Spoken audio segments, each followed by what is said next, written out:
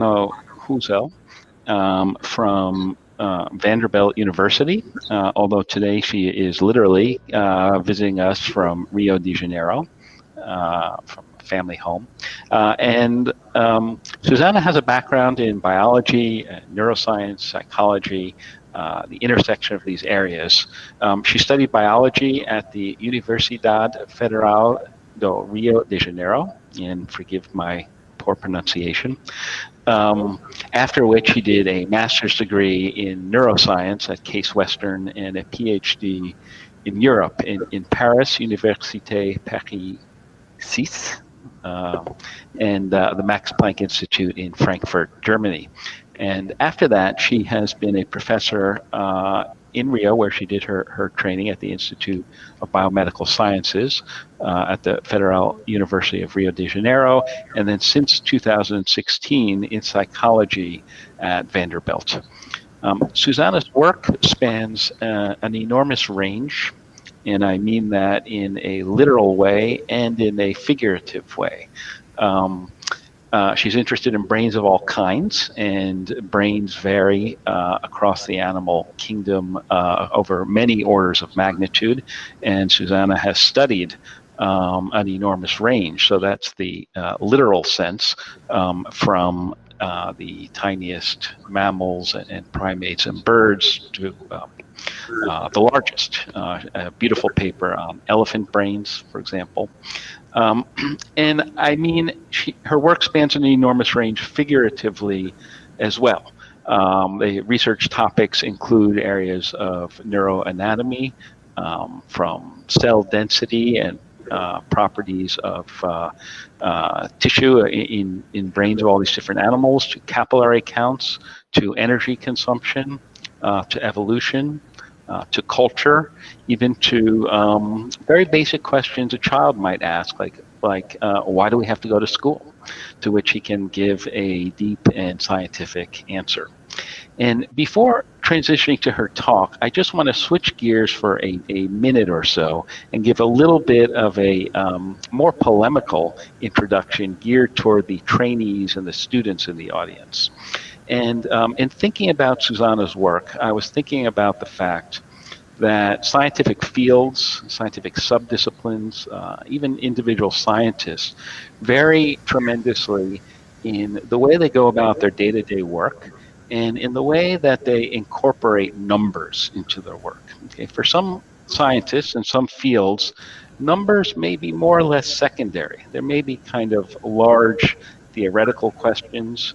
You might think about how people make decisions, or any sort of scientific question might be answered with, not a great deal of attention to numbers. And there may be others who are obsessed with numbers and with counting and with measurement. I came from a graduate school lab, which was in the first category, a postdoc lab that was in the second category. That was Brian Wandell's lab at Stanford. And many of you know his textbook contains 2 pages in the beginning of numbers, important numbers in vision science. And one might look at this and ask, do I really need to know the minimum number of absorptions, photon absorptions that are detectable, or the range of pupil diameters in human, or the refractive index of the cornea, and so forth? What is the significance of numbers, right? Don't I just care about big questions, like how do humans think? What is consciousness? What makes humans different from other animals? And I was thinking about these questions and thinking about Suzana's work because she is, in some sense, in both of these categories.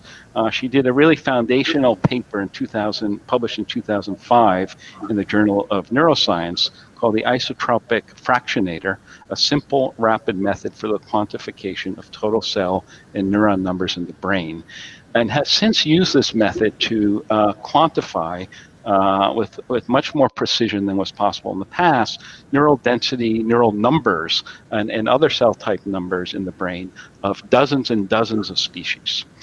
And in answering numerical questions, okay, with a high degree of precision, This has led her, I believe, I guess I'm not totally sure the direction of causality, but this has led her to think deeply and also qualitatively and to reason about very big questions, like the one I mentioned earlier. Why do children need to go to school? Right? And you might think that the link between counting the number of cells in the brain of some particular species and counting the number of cells in another species would have little to do with such a basic question. But as her work over the last, 15 or 20 years has shown, paying attention to numbers, paying attention to units can actually inform very deep and meaningful questions. And so my message to the students, the polemic here, is pay attention to the units, pay attention to the numbers, count, count, count, because you may not know when in the future having those precise numbers will enable you to answer deep questions you might have wondered about since childhood and perhaps throughout your whole scientific career. So with that said, I would like to turn the microphone over to Suzana to present her work on cognition, plus longevity equals culture, a new framework for understanding human brain evolution. Thank you. Thank you so much, Jonathan, for the kind and insightful introduction. So I'm very pleased to be here. I would, of course, be even more delighted to be there in person with you guys. But truth be told, I have been getting a kick out of telling my family and friends that, sorry, I can't do Friday. I'm visiting at NYU. So I'm delighted to have an opportunity to share with you guys thoughts about recent work that my lab has been doing. And also what I'd like to do is I'd like to take the opportunities I get to visit and tell this story to do something beyond what the papers can tell you. The papers are out there, so the details of methods and the calculations are all there available to your leisurely scrutiny whenever you'd like. So what I want to do here is tell you a story, and that's the best story that we can put together right now, that I can put together right now, with the data that we have collected on what the human brain is made of and how does that compare to other species and what difference does that make. Which, by the way, is why you're looking at Lego structures on your screen. I'll come back to that second, but I wanted to leave you with that image already, that there's only so many different houses that you can build with a tiny handful of Legos, but as you get more units to play with, your range of possibilities increases immensely. But also along with that, the time that it takes to put that structure together and to fine tune it also increases. And what I want to do is walk you through a consideration of what those consequences are of all those levels. So let me start here with the basic observation. We are, of course, convinced by now that whatever we do in the world, including talking about ourselves, is thanks to the brain that we have and how it is organized. So it is a very vexing observation to see that our brain is not the biggest brain around. That would be the intuitive thing, since we like to think that we are the top species in terms of studying other species. We study elephants, not the other way around. And yet the elephant is the one who has a bigger brain. So the elephant brain is about the size of my entire forearm, while our brain, of course, it has to fit in our forehead. So the elephant brain is about 3 times the size of ours. The elephant cerebral cortex is twice the volume of a human cerebral cortex. And yet we study them and not the other way around, we think. How do we explain for that? Without going into details, the gist of the predominant explanation has been, well, theirs is bigger, but ours is better, and ours is better in so many ways. I am not going to go into the flurry of genetic studies on coding sequences, and especially regulatory sequences that may have changed between in human evolution, that and what are the specifics that could make a human brain human. I am more interested today in covering the broader evolutionary story of how humans came to be. And again, the underlying thread here to the predominant story is that, well, there are several advantages to being humans, and we are outliers in a number of ways. And if we are outliers, it must be because we were positively selected. The features that distinguish humans from other species must have been selected for the extraordinary advantages that they allowed us. So, for instance, one not only the before I go into brain specific aspects, if you look at our life history, you see that there is a trend in that the larger a warm-blooded species is, the longer it takes the female to reach sexual maturity. And we humans are this one little red point here. So you see that we are outside the 95% confidence intervals. What that means is that for the size of our body, it takes us inordinately long to reach sexual maturity. Never mind that that is the case for plenty of other birds. Most people who talk about humans don't really care about birds, so that goes unnoticed. The important part is, here it is, we humans take longer to reach sexual maturity than you would expect for the size of our body. And also, we live much longer than expected for the size of our body. Again, notice that there are plenty of birds, and these are some bats, that are much longer lived than you would expect for the size of their bodies.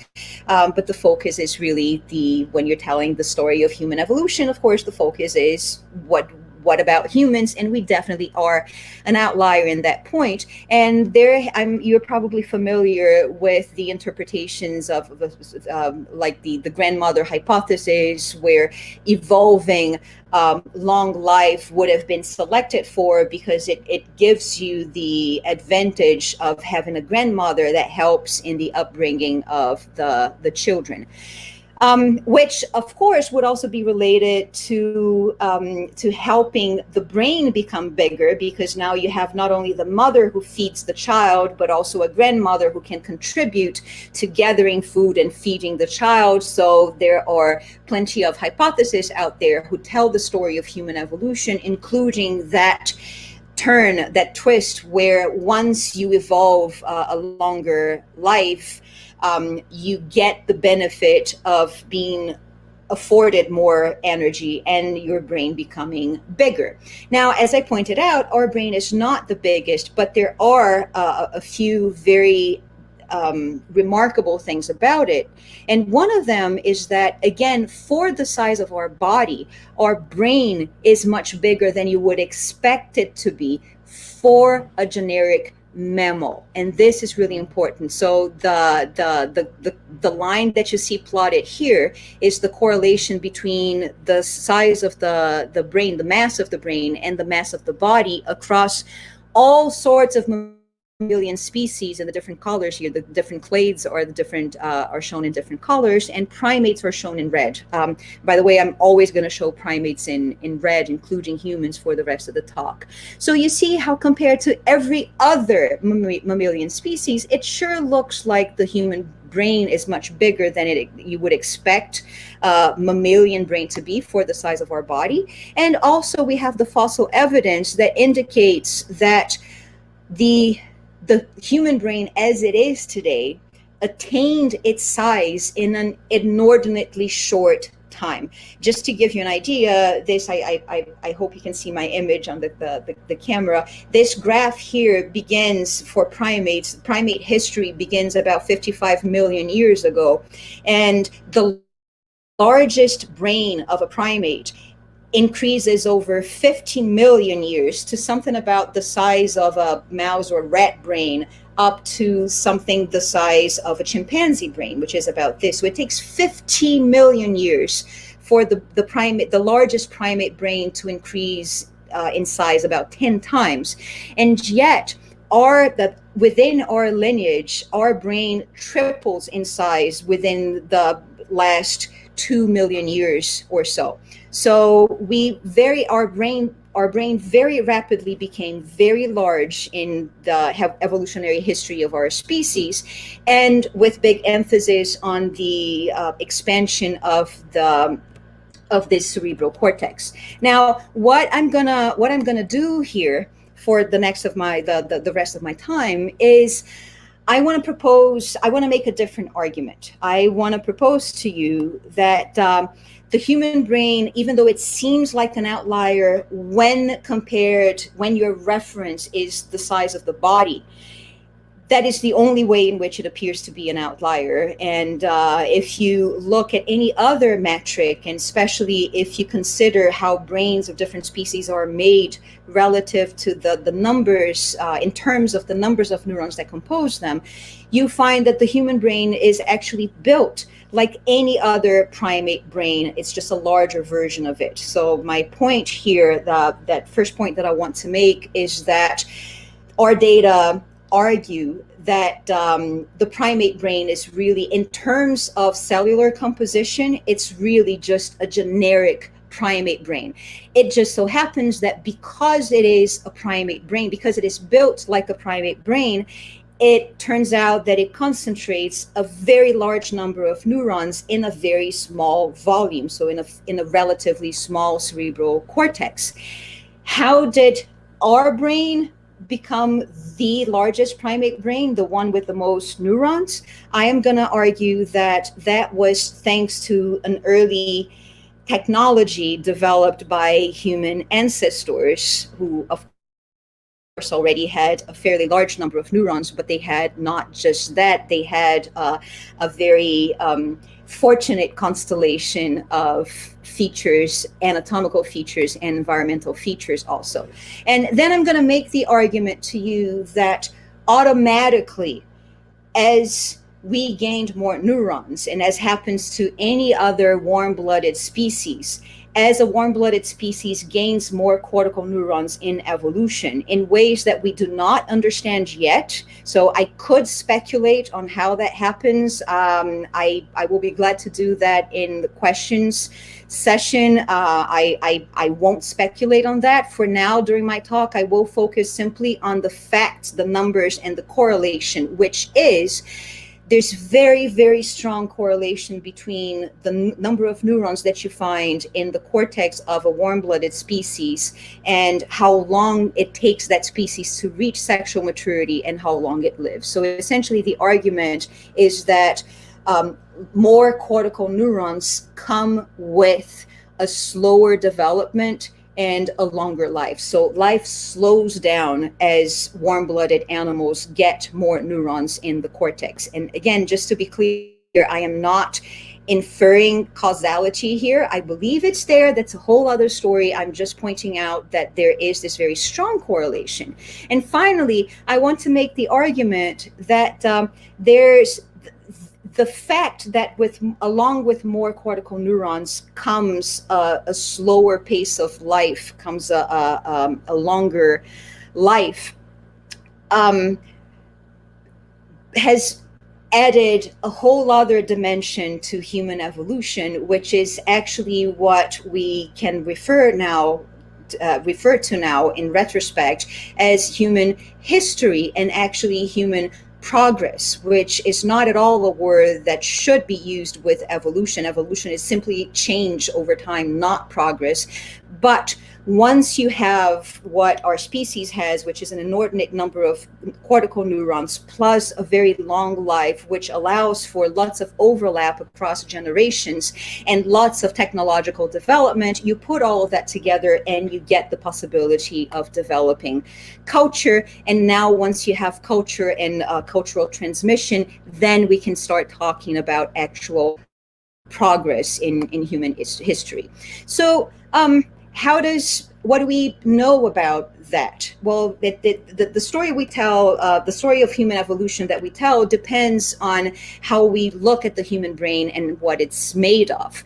But historically, in the absence of actual hard data on how many cells and how many synapses compose different brains, the usual expectation was that, well, if an elephant brain is bigger than a human brain, then the elephant brain should, of course, have more neurons, especially in the cerebral cortex. As you see here, the elephant cerebral cortex is twice the volume of the human cerebral cortex. It's natural that you would expect the elephant cortex to have more neurons than that.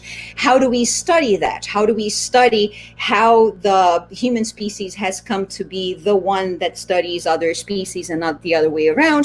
Can we bring elephants to the lab? Well, of course not, or not easily, but we can have mice in the lab, and we can have a few other species too. And so it's understandable that a lot of the research on human brains and human evolution and trying to piece together the story of how the human brain came to be is focused on looking at differences between how the mouse cerebral cortex develops and how the human cerebral cortex develops. What I'll argue, though, and this was my suspicions when I first became interested in this topic of diversity in evolution 15 years ago, my suspicion was that, well, we can't really talk about a broad image of the evolution of diversity unless we study diversity, right? So we should look first at, before we say anything about how humans and how the human brain compares to the mouse brain, there's a possibility that a number of the changes, of a number of the differences that we will, of course, find between a human brain and a mouse brain, because after all, we look nothing like a mouse, right? So it's only natural that there will be plenty of genetic differences between the human and a mouse. But how many of those differences are really because we are humans and not chimpanzees and not monkeys, rather than we are a primate species, or we are a large primate species? So my reasoning was that the first thing that we needed was to have a proper understanding of the basics of what different brains are made of. So that was my initial interest. This is where the whole story that I'm telling you today started, from the notion that to this day, you open any textbook or any book, or sometimes even articles on human brains, really, and you might still find that the human brain is made of 100 billion neurons and 10 times as many glial cells. And I searched the literature, and I could find not a single paper that provided the actual numbers, the proper support to that. So I figured, well, okay, I should, maybe I can figure this out, and do that also in a systematic way across as many species as possible, which I could do thanks to a number of collaborators, in particular John Cass, Paul Menger, and later with birds, Pavel Niemiec. So we started, with their help and collaboration, we could look at the cellular composition of a number of species in different mammalian clades to get a layout of brain diversity, so that then we could place the human brain in comparison to all of that. How we did that, Jonathan mentioned the 2005 paper on the isotropic fractionator. It's a horrible, horrible name. I regret picking it. It was a natural choice at the time. What I really wish it was called was brain soup, because that's really what it is. We start with brains, and you can count the numbers of cells that compose any part of a brain that you can dissect. So what I'm going to show you today are numbers. I'm going to focus on numbers for the entirety of the cerebral cortex.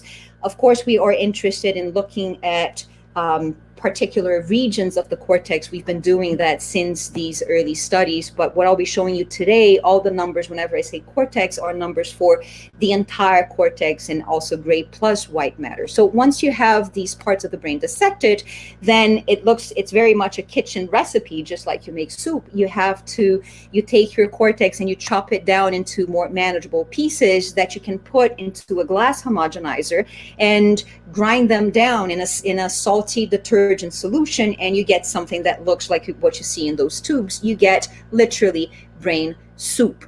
And the advantage of having that brain soup is that by just swirling the tube, you can get the free cell nuclei, because that's what the detergent does. It breaks down the cell membranes but leaves the nuclear membranes intact, which is something that you can verify in a number of ways, including under the microscope. And that's what they look like. When you stain those nuclei with DAPI, you can see every single one of those nuclei. If you have morphological features like size and shape that distinguish different cell types, you can use that immediately. But for our purposes here, you can, in a matter of 10 minutes, you can count several samples, several aliquots of that suspension, and get a direct estimate of how many nuclei and therefore how many cells you have per ml of that suspension. And because you determine what is the total volume of that suspension, you have a direct estimate of the total number of cells that compose that part of the brain that you're looking at. And from there, you can use antibodies to NUN, which for our purposes serves as a very good universal marker of neurons. And you can do double staining with DAPI, and I'll just go back and forth here, and you can see how easy it is to determine what fraction of all the nuclei that you see are actually neuronal nuclei. So this gives you direct estimates of numbers of neurons across all the different species. And by subtraction, you have the numbers of non-neuronal cells, which are all types of glial cells plus vascular cells. I'm not going to talk about them anymore today, but I'll be happy to answer your questions on them later. So what do we get with these numbers of neurons? What story comes out when we look at these different animals? So let me start with a few examples. You find that the giraffe cortex, which is a fairly large cortex, about this big, it has about 1.7 billion neurons, which is a very respectable number of neurons. But the thing is, a macaque monkey has about that many neurons in a much smaller cortex. So you see that you don't need to have two brains of a similar size to have similar numbers of neurons in the brain. Actually, you can even have even more neurons in an even smaller cortex, and that's what you get in parrots and large corvids.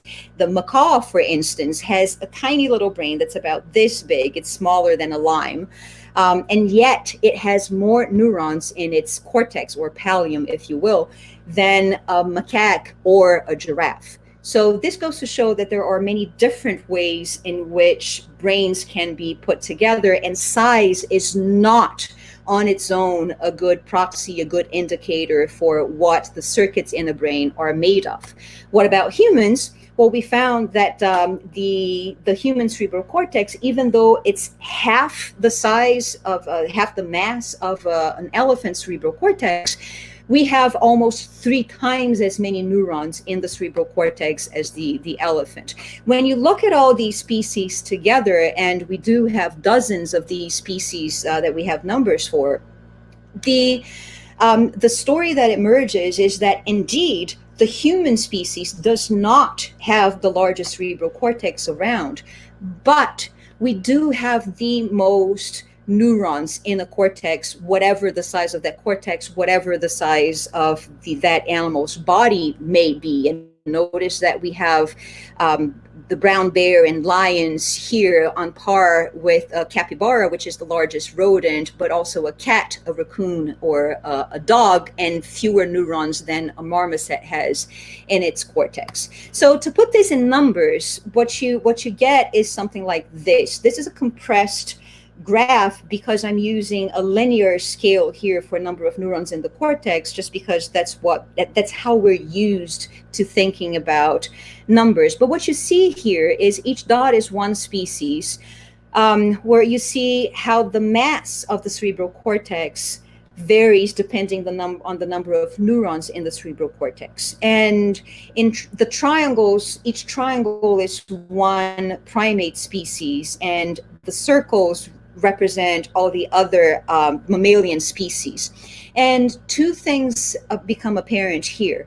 The only instances where you find mammals that have more than 1 billion neurons in the cerebral cortex, or they're either very large mammals with very large brains, like the artrodactyls, including giraffes and antelopes, their close cousins, whales. And we have unpublished data now on whales that confirm that they fall exactly here on this curve where you would expect them, or an elephant. Or so either to have a very large number of neurons in the cortex, you're either looking at a very large mammal or you're looking at a primate, which goes to show that the primate brain, and in particular the primate cortex, is put together in very different ways from the non-primate cortex. We have, what you see here is on the left, we're looking at what data were available for decades, which is simply the mass of the brain as a function of the mass of the body. And like I've shown you before, there is this trend towards larger mammals having larger brains, although once you color code the data, you do see that primates do have a different relationship of their own. So primates in general do have a larger brain for their body mass than other species. And this is an important argument, I think, to make, that if we compare the human species to other non-great ape species, you actually find that the human brain is pretty much the size that you would expect it to be. Our brain is about 2% of the mass of the body, just like it is in small and medium-sized primates. But now that we have data on the numbers of neurons that compose the cerebral cortex, or the pallium in general, in mammals and birds, now you see that these are exactly the same species in the left, the graphs on the left and on the right. You see that for a similar body mass, there actually is a very clear and systematic difference in how many neurons you find in the cortex of a bird, which is always more than what you find in the cortex of a primate, which is always more than what you find in the cortex of just any other type of mammal. We are this point here. So yes, we do have the most neurons in the cortex, but still we have just as many neurons in the cortex as you would expect for a primate of our size. Why do we care so much about neurons in the cerebral cortex? Well, because of course you guys know all of this. I just want to give you my perspective on how I like to think about the cerebral cortex, because it bears on where I'm taking you along with this story. I like to think that the cerebral cortex is a structure that is actually not required for the body to operate that. And even in our species, we have that evidence in newborn anencephalic humans, where you find these babies live and they are viable, at least for a while, as long as they have the brainstem intact. So here you have the circuitry that actually and directly operates the body. But what you gain when you have a cerebral cortex is you have, by way of the thalamus, you have this strongly associative structure that has the capability of, through the copies of signals that it receives through the thalamus, and it has the capability of building associations that weren't there to begin with. So the cortex adds flexibility, and through that flexibility, it adds complexity to the behavior of an animal. With that flexibility and complexity, you gain the possibility of adaptive behavior, and adaptive behavior that also becomes predictive, in the sense that as you make these associations, and key word here is as you learn to make those associations, as you learn to find patterns, you learn to make predictions, and you gain now this added flexibility to your behavior of acting not simply in response to what just happened to you, but acting with possible consequences, with predicted consequences in mind, which means that with the cerebral cortex, you gain that is flexible and that makes behavior flexible enough, you gain a past and a future to act upon. And even more than that, you gain even an extra dimension to your behavior, which is the taking other people's minds into consideration, as you gain the possibility of predicting, of explaining and predicting, anticipating other people's behaviors, anticipating even beyond that, anticipating their feelings in reaction to your actions. So we gain consideration for others, we gain the possibility of living in a society, and we gain even more the possibility of building together a culture that then gets transmitted from one cortex to another down generations, and we build this new body of knowledge and know what and know how that transcends the individual. So I'm going to get back to that, but for now, let me just go through the more intuitive part, or the more traditional part, where we think about what difference does it make that different species have different numbers of neurons in the cortex. And the first thing that we jump to, we think of cognitive capability. So how much information can you process at any point in time? And I'm not going to go into the details of how you measure cognitive capability. How could that possibly be measured? That's a huge question of its own, although it's a really interesting one. But the limited data that we have that serves as a proxy for cognitive capability across warm-blooded species is self-control, which is the capability of controlling your own behavior, or in other words, your ability of keeping yourself flexible in the face of options that are given to you. And what we see here is that there is some relationship between performance in self-control tasks and the size of the cranial, so the size of the brain as a whole. But there are these massive disagreements. Like, you see that corvids already perform at ceiling capacity. They perform at 100% success, as do great apes, even though corvids have much smaller brains. And we're talking, corvids have brains that are about 50 to 100 times smaller than great ape brains. But when you look at numbers of neurons directly in the cortex or pallium, you find that corvids are actually on par with other animals like monkeys and also great apes that also perform at ceiling level. And you have you do have a slightly better alignment, a better correlation between how many neurons different species have in the cortex and how well they perform.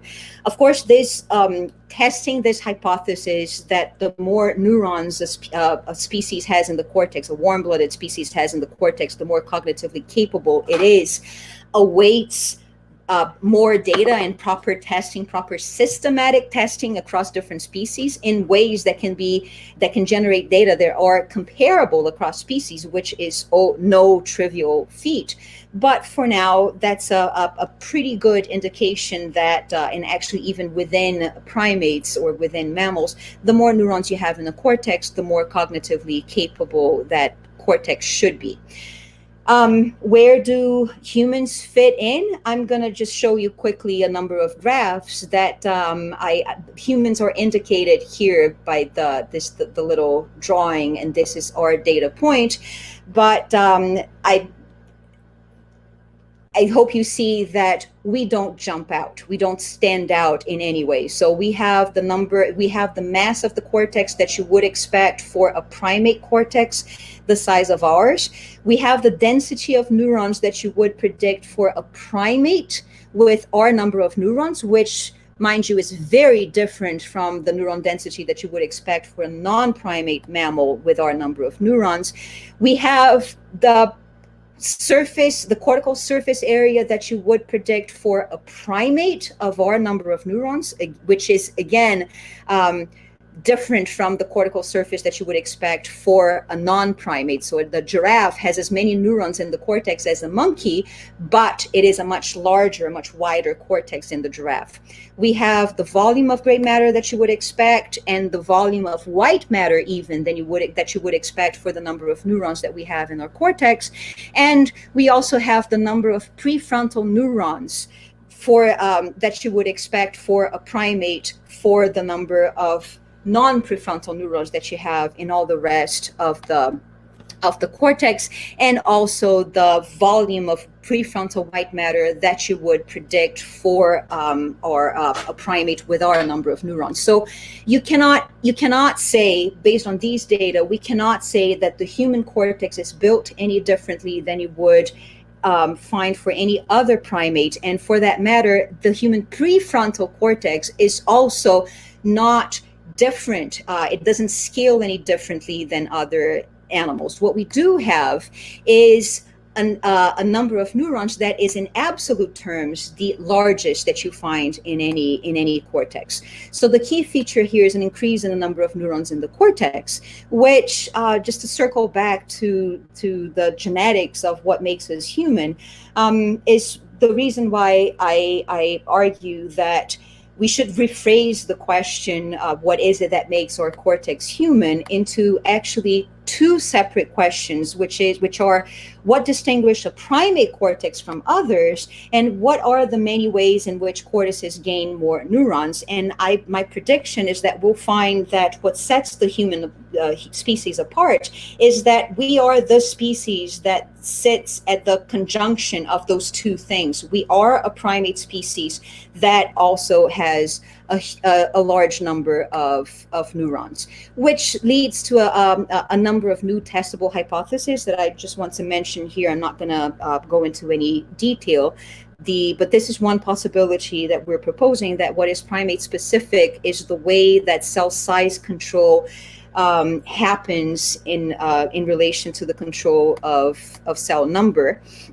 And that also explains how come that there are so many genes that have been found to contribute to differences in the size of the cortex in different species. So the next question then is, how come only humans? How come we are the only species that got this many neurons?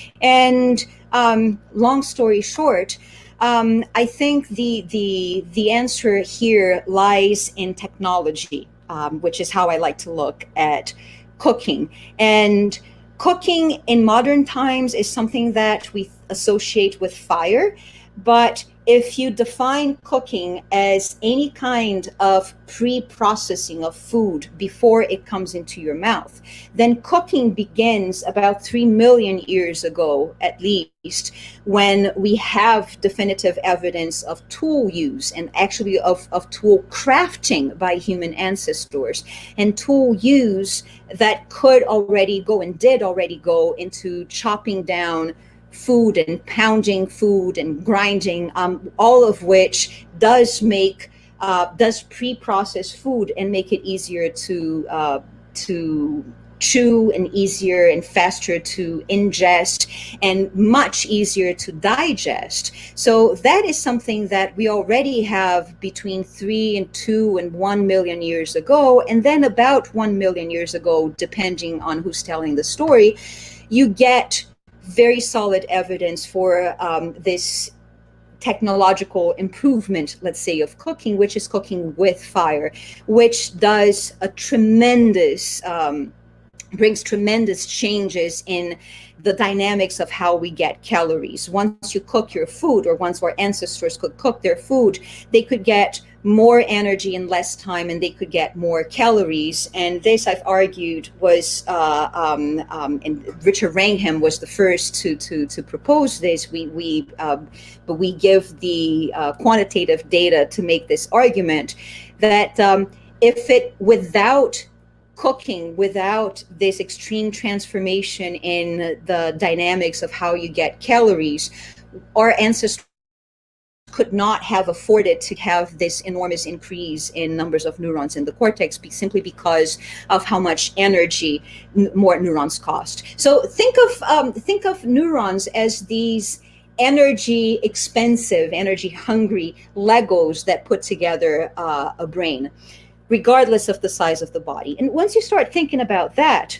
then there are a few implications that emerge. And like I love when science answers this one question, but that opens a whole new other can of worms. And then you can start thinking, in this case, I started thinking about, well, it should take more time, shouldn't it, to put together a larger cortex with more neurons? If neurons are like Legos, there's, of course, many more possibilities in what you can build. You can build a much more complex system when you the more units that you have, but it's also going to take more time, isn't it? So the question to me became, how could we measure that time to test this hypothesis that building a cortex with more neurons should take more time? Whether or not it's required, that's a whole other issue.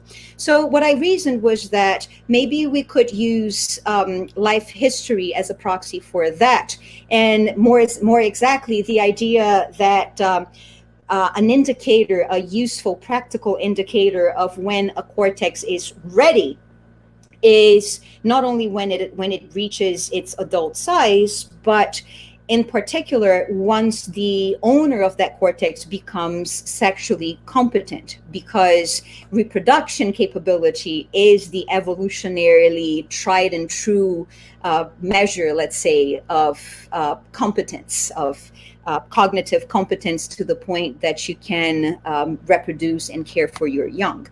The interesting thing here is that people used to consider that mass of the body is what really matters, but it happened that at the time I was running my own developmental life history experiment, I had just gotten this dog, Archibald, and here you see Archibald sitting in my lap at 3 months of age, and here you see him 6 months later, and I think you can appreciate how he became my size in all of 9 months, whereas it took me 16 years to reach that size.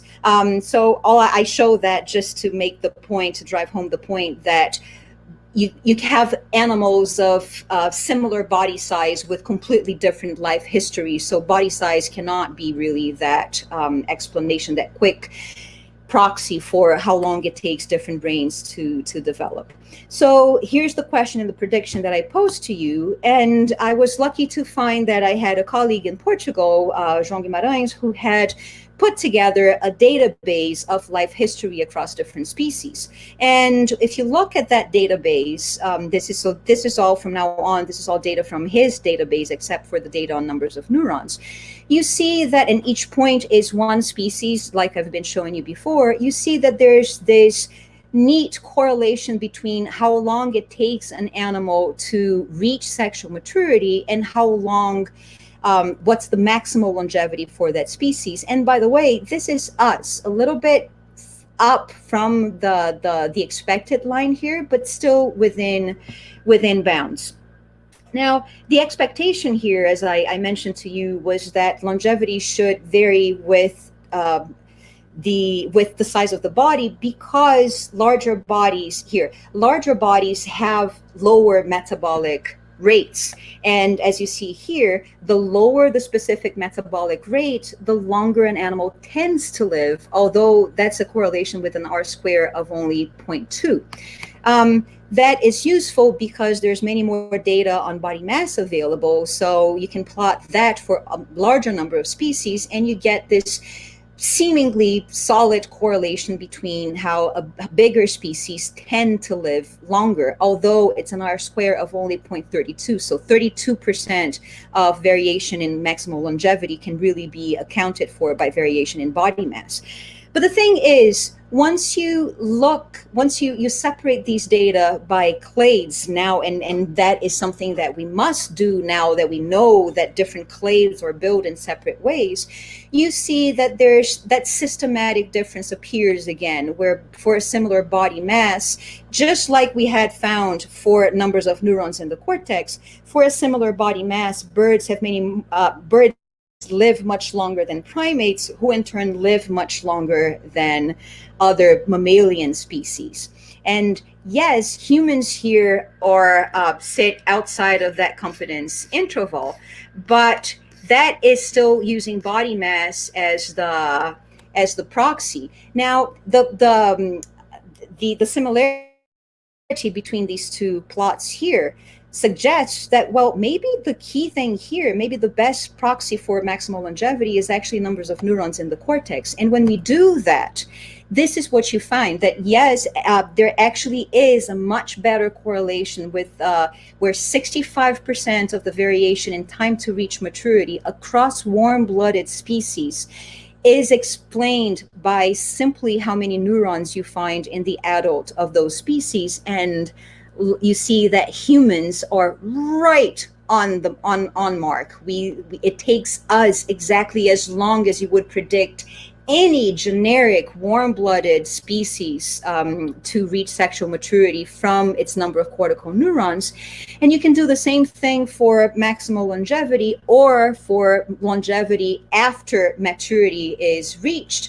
And here it gets even better. You can see that 72% of cross-species variation in longevity, in maximal longevity, is explained by how many neurons that warm-blooded species has in its cortex. And again, humans are not an exception. So it takes us just as long to mature, and we live just as long as you would expect a warm-blooded vertebrate with as many neurons as we have in the cortex. Now, what does this mean in terms of evolution? And here I'll go back to not the details of brain development, but the fundamentals of brain development. And notice that we are entering here we're adding a fourth dimension to the story of brain evolution, which is the dimension of time. So what I'm showing you here is that it's not a human-centered story. It's a story that applies to warm-blooded animals as a whole. The more neurons you have in the cortex, the slower the pace of life. Let me point out again, I am not causality yet. The slower that life happens. So the consequences of that for development and for cognition and for the things that we humans as a species achieve. So the one really important time-dependent process that has a key role in shaping the brain is self-organization. So when I talk about brain development, I like to consider that the newborn brain is very much like a block of granite that hasn't been placed in the hands of a sculptor yet. It's a lot of possibilities, but it's only that. It's only possibilities, and it's only as it becomes subject to information and how that information acts on the brain and shapes the brain, and in this case, how the brain self-organizes as it is exposed to that information, that you have that brain actually become shaped, that you actually have a network that takes shape and becomes something that actually achieves work.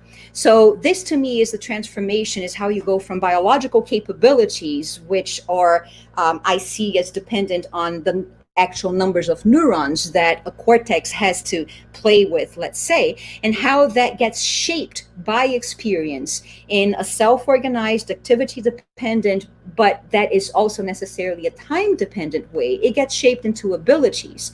And the thing about shaping brains into abilities is that one of those abilities, cognitive abilities that we gain with a cortex and with more neurons in the cortex, is the ability to create technology. And I want to be clear about the definition of technology that I'm using here, which is really any object, process, method, or knowledge also, whose application helps solve a problem faster and allows new problems to be tackled. So in this sense, stone tools are a technology, as using stone tools to break down your food, to start processing your food even before you put it in your mouth is a technology also, as are all the other systems and processes and methods that we create after that. So I'd like to add technology then to what self-organization, with the benefit of added time, brings to the table once you have enough biological capabilities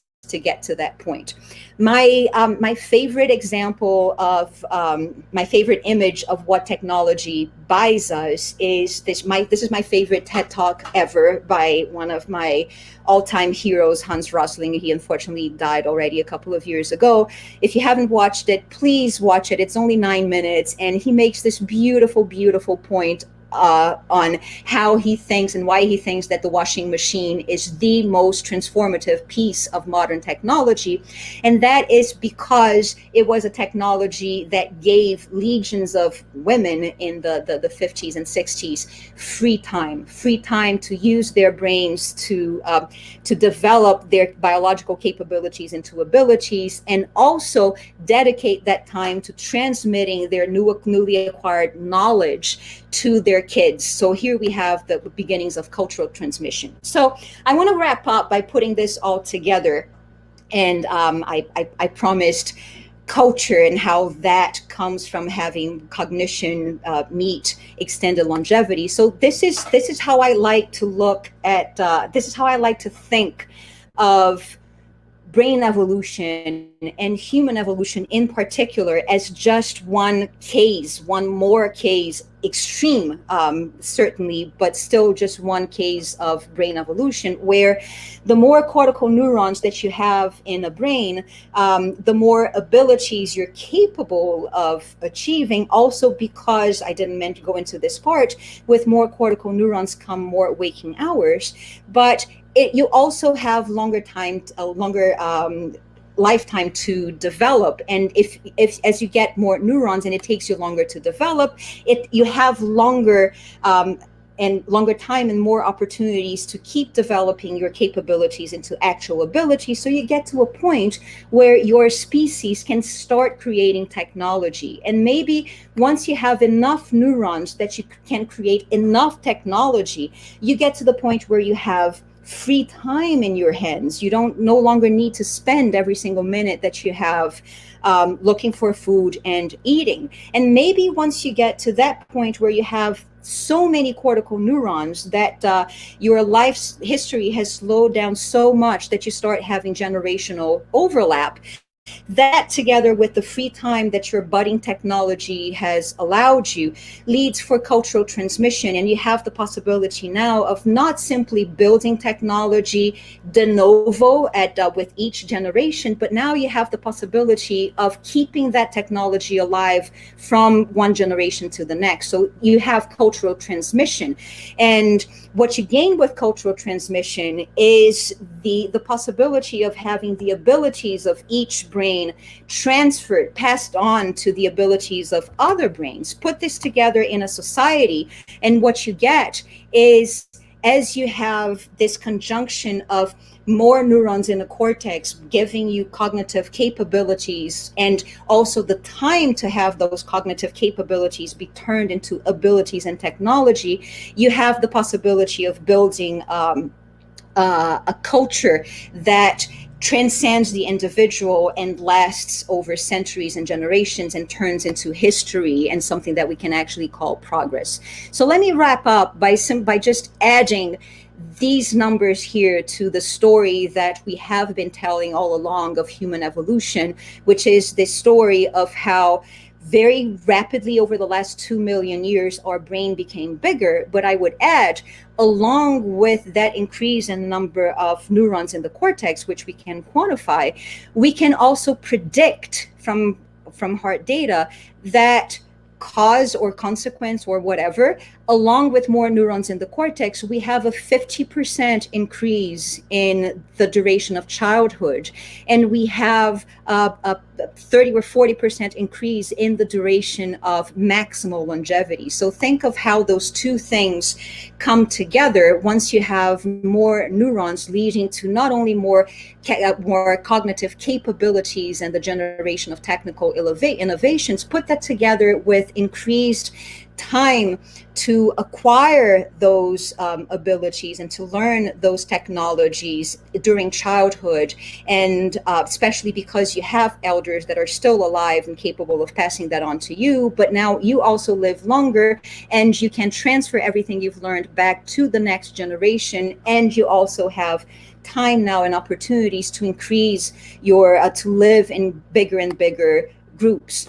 So that is the long-winded argument for how come we as a species, we cannot and should not think anymore simply in terms of what are the biological features that distinguish humans from other species. We've come so far from being just that, just a biologically different species. We modern humans are the result of all of this compounded over time, which is why this is how I like to view human evolution. We still are a regular primate, so we still have regular primate biology, but along with because we became capable of affording a large number of neurons, what we've gained is an amount of time and opportunity to make more of ourselves that no other species has. So this is what I'd like to propose that we always keep in mind, even as we, of course, continue to understand what is it about human biology that is distinctive from all other species. Our biology is important, yes, but everything that we achieve is also because of the technologies that we've developed. And I'll be glad to walk you through a number of working hypotheses and the speculations that we can make now about what the causal relationship might be between numbers of neurons and longevity and developmental rate. But I'd like to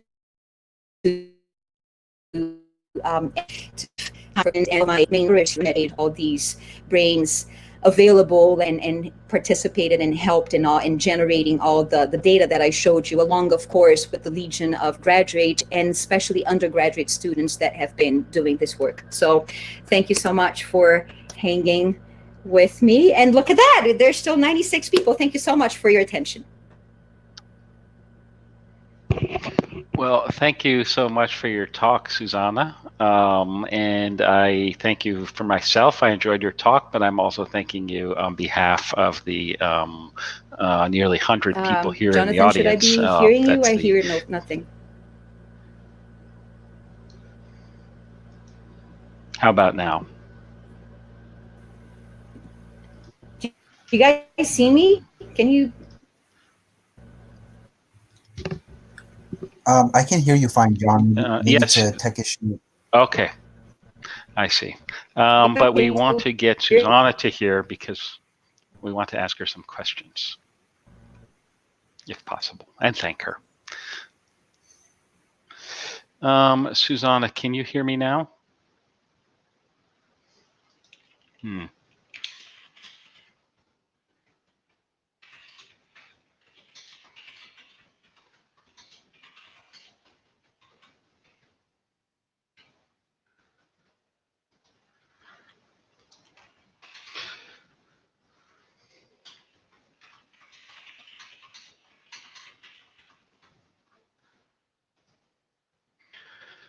So just give us a moment.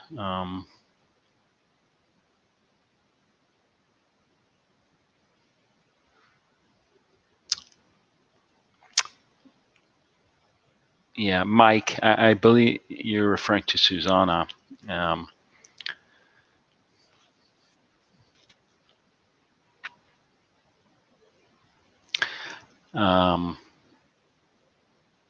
Okay, so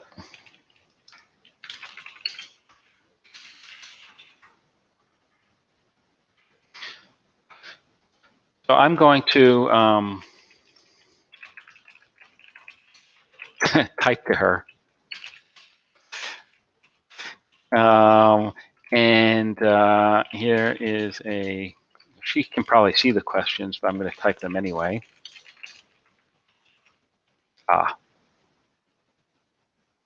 She was on the way out in terms of internet connection. I guess she lost audio first, and now we lost her entirely. Let's give her a minute to come back. There are a variety of questions I think that were interesting, about questions about neurons and brains, questions about language and culture.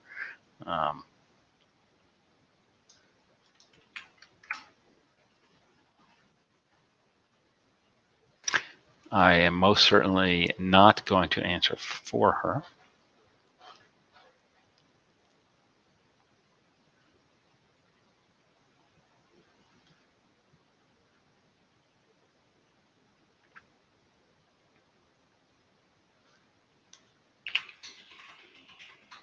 Okay.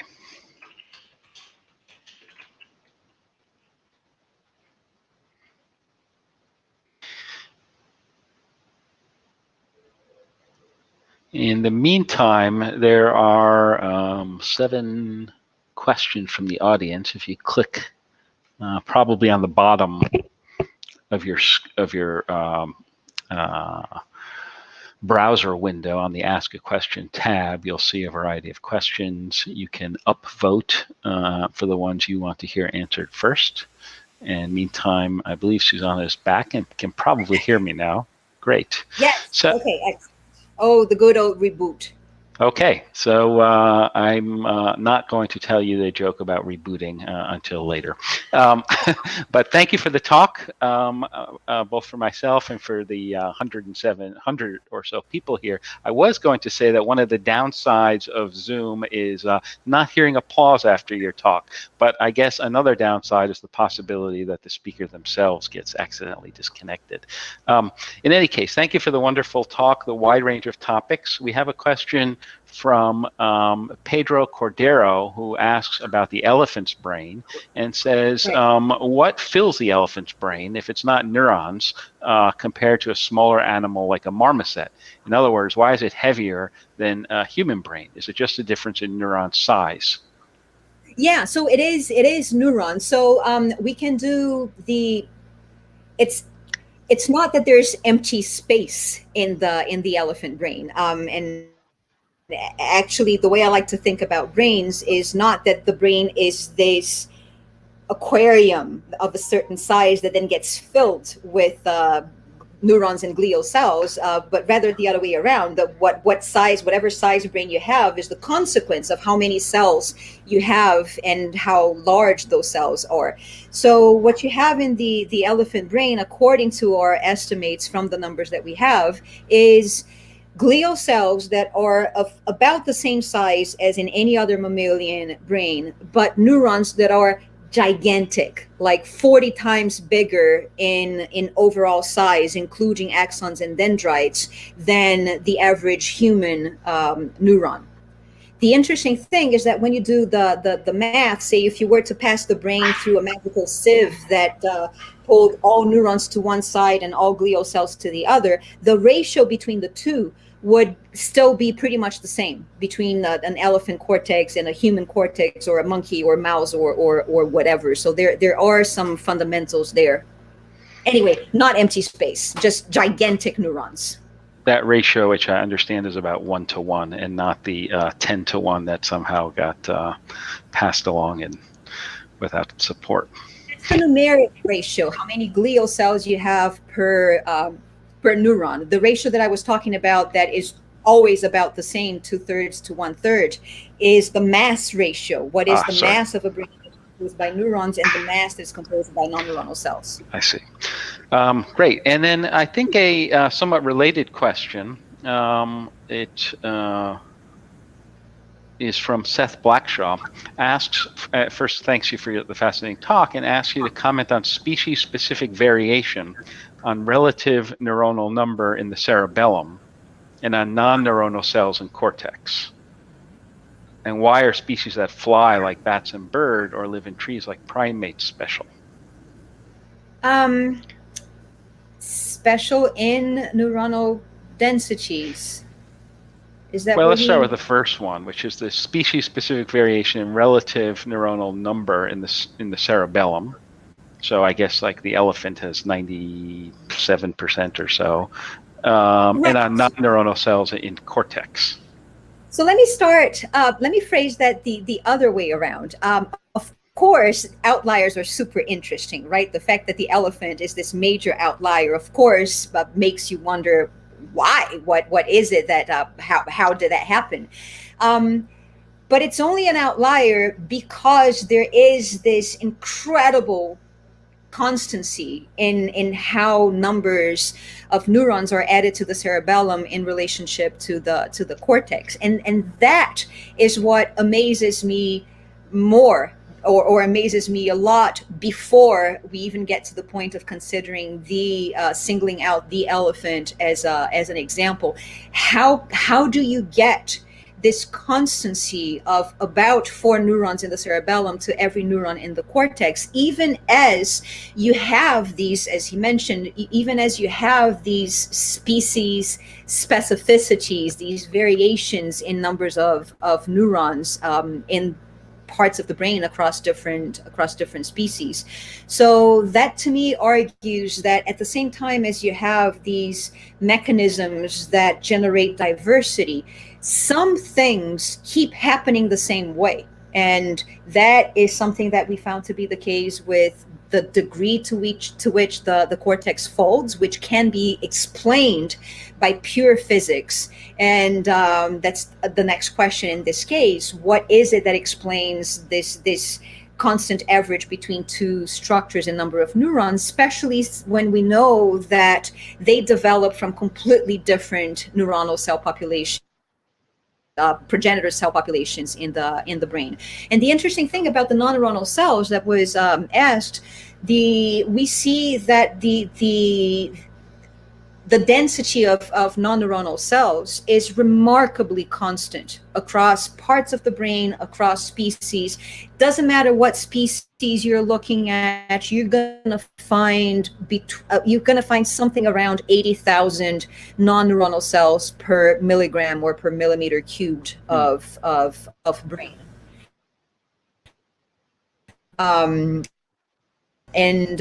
We've been thinking that we've actually suggested in particular about the glial cells that does not allow for their size to change at all.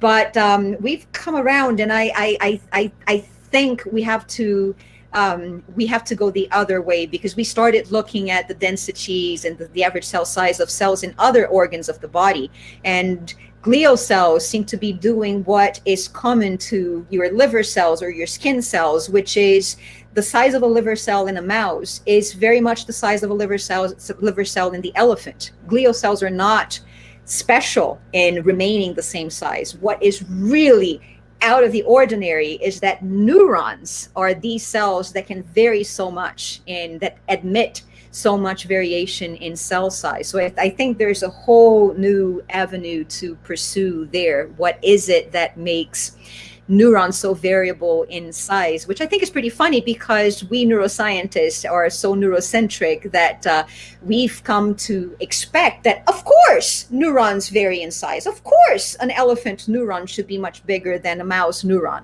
right? Otherwise, how do you get signals from one size of this huge brain to the other? But maybe there's actually something fundamental to be uncovered there. Thank you. And well, we want to give you a few minutes break before your 1:30 meeting, or I guess 3:30 your time. Maybe we can do at least one non-neuron question Yes. from Mike Landy, who asks, thanks you for a wonderful talk, and says that I think of cultural transmission as tied to or accelerated by expressive language, which was not explicitly part of your story. And do you have a comment on that, on the role of language in cultural transmission? Yeah, I think of course once you gain language, you have an added boost to the possibilities, especially to the speed with which you can create complexity and communicate and transfer that complexity to others in your group and in your species. Just notice that that is that's at a time scale that I'm not covering here. I walked you guys up to 1 million years ago, and then we have this big jump from 1 million years to now. And of course, I'm glossing over a number of things, like there's not only language, there's spoken language, but there's also written language 5,000 years ago or so that makes a huge difference. And then you do human history. But I think what the important point is recognizing the pattern, that you have these jumps in complexity that require, of course, cognitive capabilities to deal with that.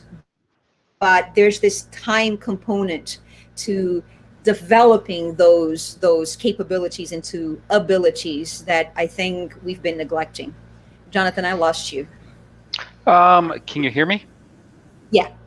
Okay, so then let's maybe finish with one final question from Gary Bujaki, who asks, comments first, that neuron numbers are cool, but do you not agree that how those many neurons interact is also important, or maybe more important, for insight?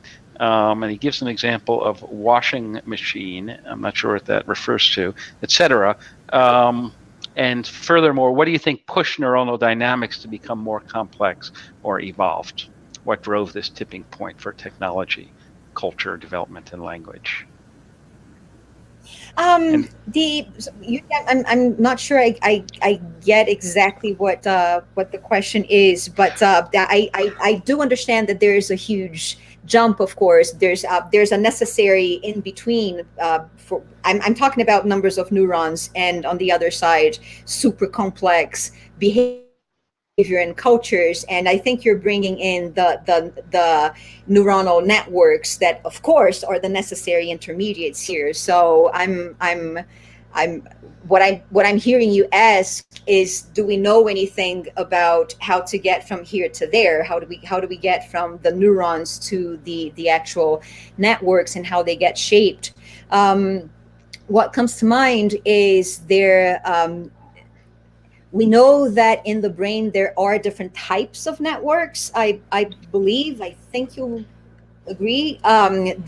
So there is diversity even within a brain in the types of networks that get assembled. But even then, when you go across species, you find that you have these, say, somatomotor loops, as you have associative loops or integrative loops or modulatory loops that are recognizable across species. And the thing that I can add to this conversation, I think, is that provided that a network is shaped, is built in essentially the same way, and we have growing evidence for that across vertebrate species, including birds, as in mammals, at least for the cortex and subcortical structures, then the prediction, which is something that I think the computational people have tested already in different ways. The prediction is that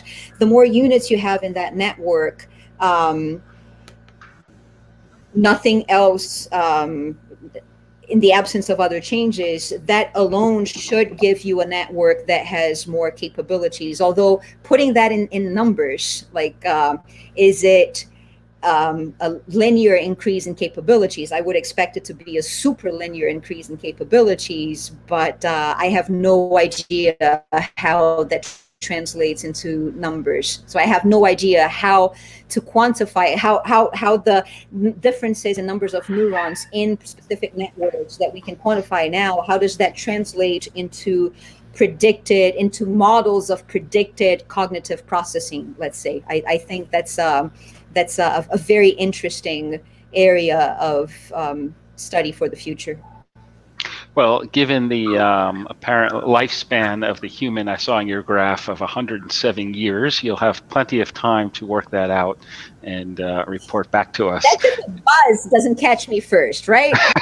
That's true. So unfortunately, we don't have time to get to all of the questions. There were many. It was a fascinating talk. I want to thank you on behalf of our Swartz talk series, on behalf of NYU. Thank you for your participation and for meeting with the students prior to the talk, and for your visit today. Thank you so much. Thank you all for being there. Okay.